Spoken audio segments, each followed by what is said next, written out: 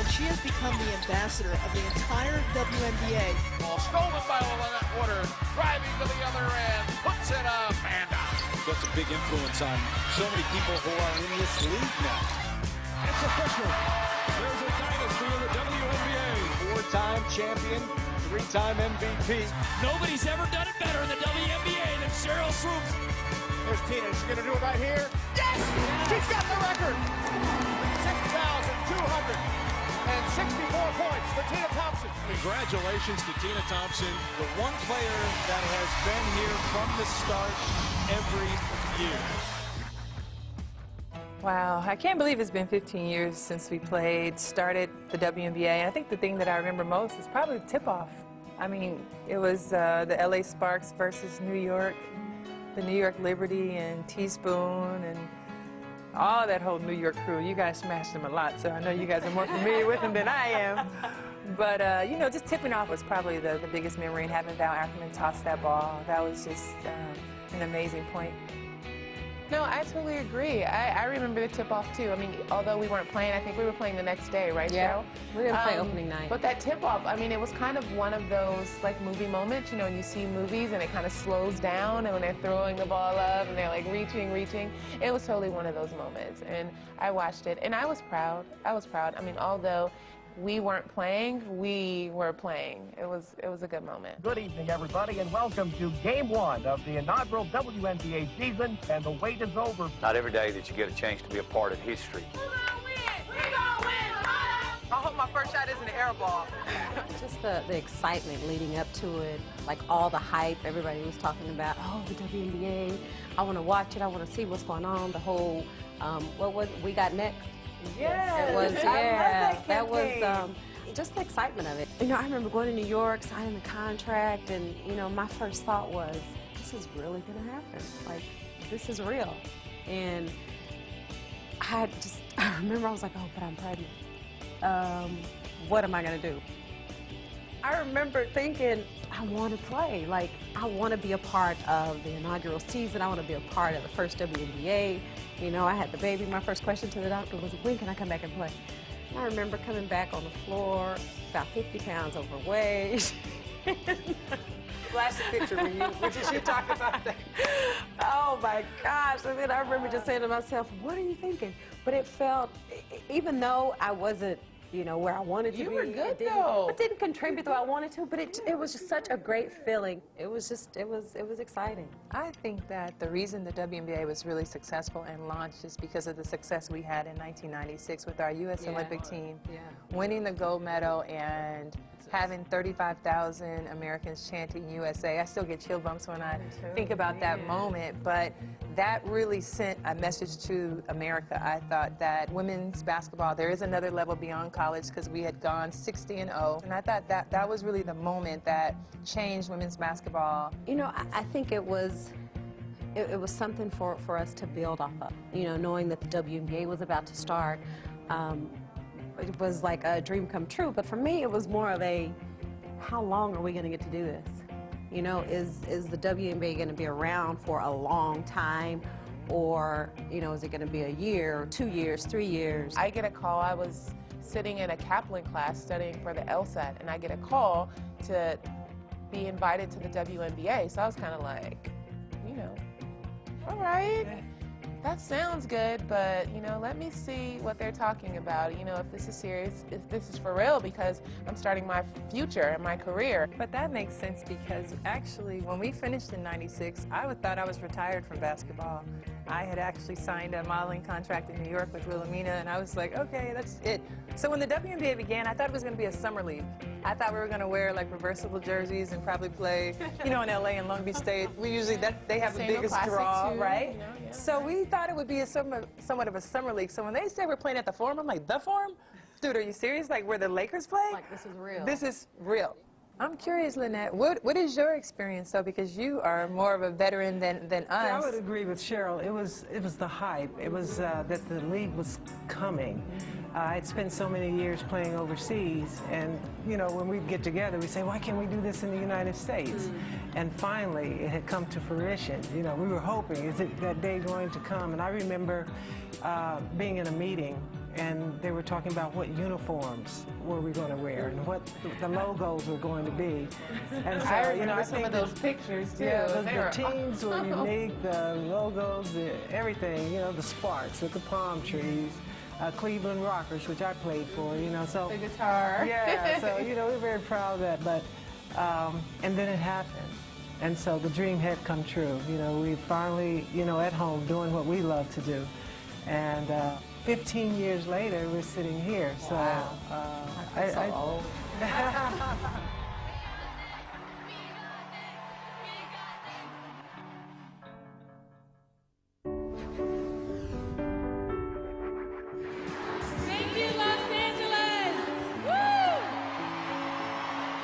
It's always been important to represent this city, to represent this state, to represent our country to the best of my ability. I hope that I've made all of you proud because I'm from the inner city here, and I just want for all you little girls and boys to know that you can do it. You have to work hard, go to school, put your education first, write down your goals, and you can achieve anything, as you can see that I have done. How long did it take you guys to understand what it meant to be a professional? For me, it really took me about 3 years to understand that we're professional basketball players. Like, my lifestyle has to change. I need to get a trainer. My diet has to change. Like, I had a whole complete change of heart and say, this is going to be my career. It took me about 2 days. 2 words. Cynthia Cooper. She was serious. I was like, she's how old? 35. I mean, it was, yeah, the experience was totally different. Wait, hold up. 35. I was older than that. No, just... No, but I was the only young player on my team. I think that there was probably one other player that had actually played in college just months before. So when we got to practice, I was like, Cynthia Cooper, like, what were you doing over in Italy? Yes, right. I need to get some of that. And that may have been what did it going overseas, because you had to be the savior of the team that you're on. So she came out of that shell. She was literally like leading the sprints, like the first person to the gym like hours before. And I was coming because, okay, I'm younger, maybe I should be there a little earlier, and she was already there. So for me, that experience was like, okay, that's what it means to be a professional. I think when you have a leader, you have a person on your team like Coop, you can't help but to bring it every single day. And I think with her, it was more of a challenge, because she had been playing overseas and, no one really knew about her. And there were people that were saying, who is Cynthia Cooper? And so I think she felt like... They were saying, who's everybody except for you? No, well, yeah, maybe. Yeah, at that time. You came out, shoot. But it was, but the timing, though. No, the timing, in the Olympics, you're right. It was, I think it was great timing, but... But I think she felt like, I got something to prove.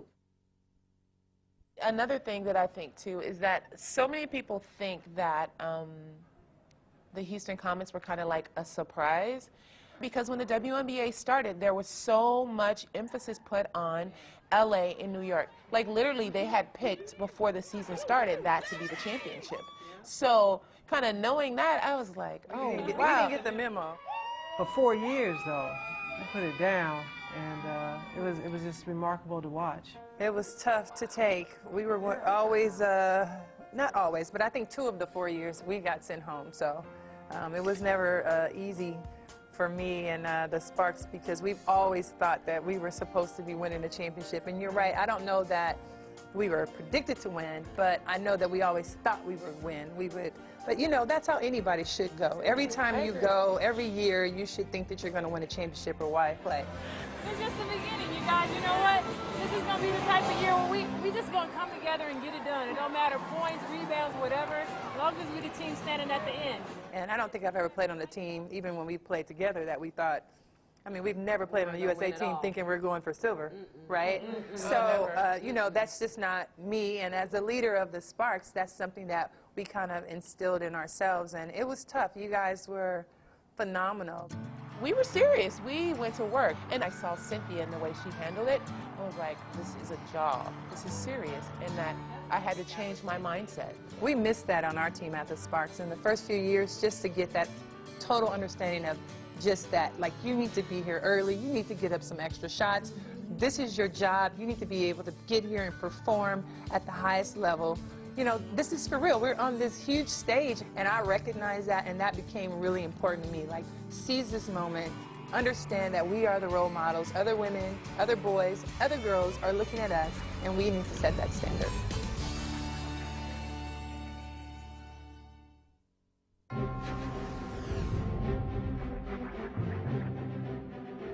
Teresa Weatherspoon at the buzzer, a three. Oh, she put it in! And the Liberty win game two. What a finish! Unbelievable here at the Compact Center. One of the most amazing finishers in the WNBA. I just remember, and I was actually looking at it a few days ago. Please don't tell. No, I remember your facial expression. When Spoon had it at half court and she let it go, I remember, because actually you were just standing at half court. They put the No, camera I on was Tina. not standing at half court. Where were you? I was standing in the front of the press, and then when she drove by, I'm not going to say the player, you guys can go ahead and watch the film. Oh, I yeah. was like, Okay. somebody get her. So I ran from where I was supposed to be to come and get her, because I'm like, anything is possible. You got to give She her let a it clean go. shot. And she her made facial it. expression, when she let it go, Tina was like, she followed it. I was like, Unbelievable here at the Compact Center. And I was so angry. Do you remember in the locker room? Like, don't worry about it. We're going to come back tomorrow, you guys. Well, I'm like, are you serious? Who wants to come back tomorrow? We have to play it back to back. I'm tired. I want to go home. Oh, my gosh. That shot just prolonged the inevitable.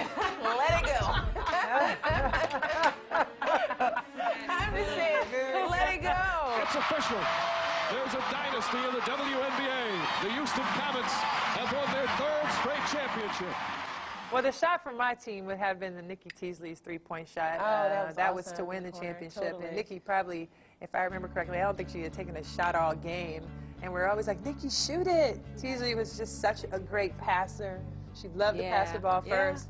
And everybody in the gym, even my grandma, knew the ball was going to come to me. So we ran our normal play where it's one down and the ball was going to the post. And Teresa Witherspoon drops all the way in my lap.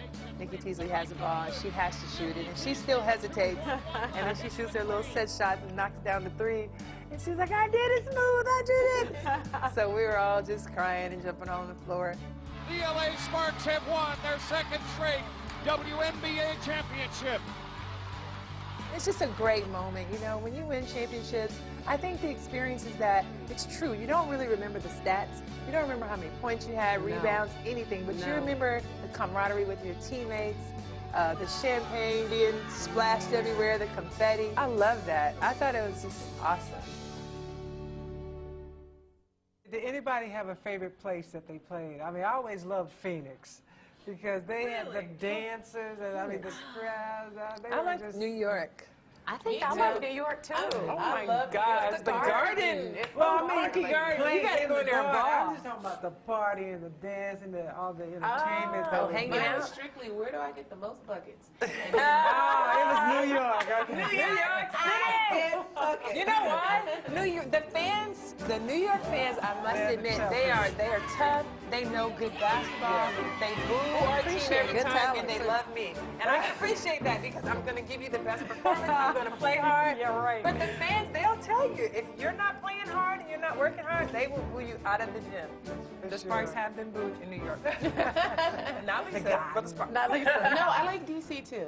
I love D.C. because I think that their fans are basketball connoisseurs too. Great. Because they cheer everything. Oh, everybody. Yeah, They if it's do. a good They play, do. it's a It great doesn't play, matter. they cheer. And if it's a bad one, they tell you too. I think The hardest I don't know. place I to probably play? like Phoenix too. I think what I liked about Phoenix, I love the Garden, but I just remember the nuns in Phoenix, and I loved playing the nuns, and they always had their little signs and. Remember when all the Phoenix fans, a lot of them had their hair dyed like Michelle? like her. Michelle Timms was great. Great. She changed Phoenix. It was like trading places because the players that I had played against overseas, they were now in the United States. So, you know, it was just like it had come full circle. You know, I'll just keep it brief so we don't get emotional. But Kim, I want to say it, but I know. Gonna cry. I mean, last Thursday, Kim Perrott lost her battle with cancer. The Comets have dedicated their season to Kim. I think for me or for us, that was such a that kind of, I know it brought us closer, but it kind of changed. It changed how you really looked at the game and how you really appreciated just, you know, what you have, you know, how you just appreciated life. On the outside looking in, it looked like she was really you guys' team leader. Was she? Like our glue. She was our, she was totally the glue. She made sure everyone was okay all the time. Kim made our team from a pool of players. It's like almost 200 players or something like that that came to try out, and she was picked from that group. Because Chancellor didn't want her. And he didn't want her like we did. Perrott. Everybody else been calling you Perot? Everybody calls Perot. Perot, but you pronounce your name Perrott. They have that local tryouts where those girls come in. Oh, she came from there. I never knew that. But she was a fighter. I watched Kim many years overseas, and she had played. She was the smallest person on the court, but again, the biggest heart. Yeah. And for her to fight all the way to the top, you know, again, it's what the league did for us. It let the world know who she was. You know, just think if we didn't have the league, you know, no one would know Kim Perrott the way that we do. My coach is a lucky man to have me on his team. Go ahead, coach, tell the truth. I think, Perrott, I'm a lucky man to be your coach. That's right. I'm a lucky man. With the first pick in the 1997 WNBA draft, the Houston Comets select Tina Thompson from the University of Southern California. We were a veteran league when the WNBA started, and it took maybe like 5 or 6 years for the college classes to actually have an impact on how the league was forming. I mean, when you, and like Tamika Catchings and Shaniqua, once they started coming a part of the league, then you saw the impact of the actual draft. And now, you know, we have a lottery, and, you know, teams are excited when they get the #1 pick because they're going to get the best player. I think they're getting, you know, they're younger, they're stronger, they're faster, they're going to get better. But, I mean, what we're going to see more of is what you started. And I'm talking about the dunk in the game. Okay, so you dunked the ball. It's been very exciting. What's she going to do? She dunked it! For the first time in WNBA history, someone has dunked in a game. It's Lisa Leslie with the There are some players that are coming down the pike that a dunk is like taking a drink of water. I mean, it's coming every which way. Parker on the run. We're going to get a dunk here. Yes! She did it! Lisa Leslie did it first. Candace Parker did it second. I wasn't sure if it was because I had my child and came back, but when I came face to face with Sylvia Fowles, I knew my time is going to be coming soon. And I knew that. And I had to be honest with myself because I knew that she was strong. She had a certain level of quickness. She could jump. I mean, I had to really give her the fakes and the, you know, I had to think about my move because of her athletic ability. Another player who's really strong like that, I didn't play against her, but I did with the USA team, and that's Tina Charles. Strong post player. So when you start to feel these young girls that are coming behind us, they are stronger, they're bigger, and they're coming. Right, and when they get the maturity that you have, it's just going to catapult us into another level of play. I want to say one thing, Lynette. You came to the city of Carson when I was probably in the 8th grade with the Globetrotters.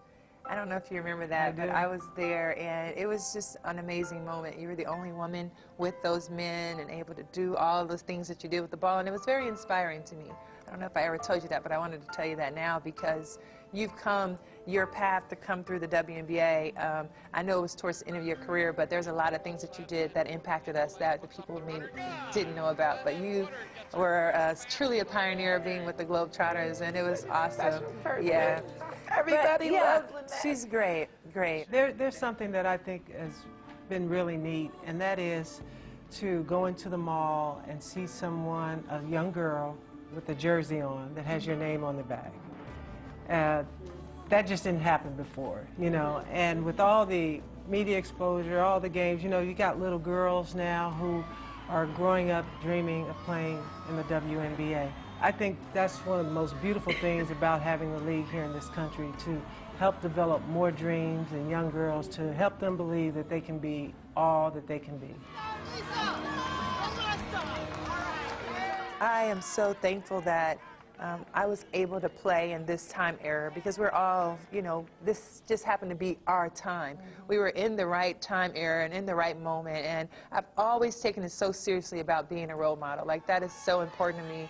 When I was 7 years old, I would always write my name because I wanted to give out autographs, and I had no idea I would pick up a basketball because I didn't want to get my nails broken. But playing basketball has just been, like, awesome, and to have the WNBA, to have those little girls and little boys that look up to us, has meant so much to me, and I've always been thoughtful of my name on the back of my jersey, like, to represent and to try to be the best person that I can out there. Lisa Leslie, who gladly grabbed the torch and said, I will happily be the face of this league, and she's done so in a manner that every fan in this league should be really proud of. And it's funny because you hear Diana Taurasi and Candace Parker talk about how when they were little kids, they used to sit on the sofa and watch us play. And I think that we've paved such a wonderful road for them, and hopefully they can continue to stop and sign autographs and be good role models for the kids we've left behind. The WNBA has been such a blessing, you know, for me, in just opening so many doors and so many avenues and allowing people to really see who we are, not just as athletes and basketball players, but who we are as women. You know, and to be in a position to be a role model for so many young girls out there, and, you know, give them hopes and dreams and someone that they can look up to. You know, I'm not sure if without the WNBA any of us would have had all the opportunities that we have in front of us now. And, you know, so hopefully the players today can appreciate what they have in front of them and, you know, continue to help the WNBA grow. A few weeks ago, WNBA tipped off its 15th season. And in that time, it has become the most successful women's professional sports league in the world. Attendance is up, ratings are up. Basketball is now the most popular sport for girls in the nation. That's worth applauding. As a father, I thank this team for setting a good example for every young girl with big dreams. Congratulations. We are very, very proud.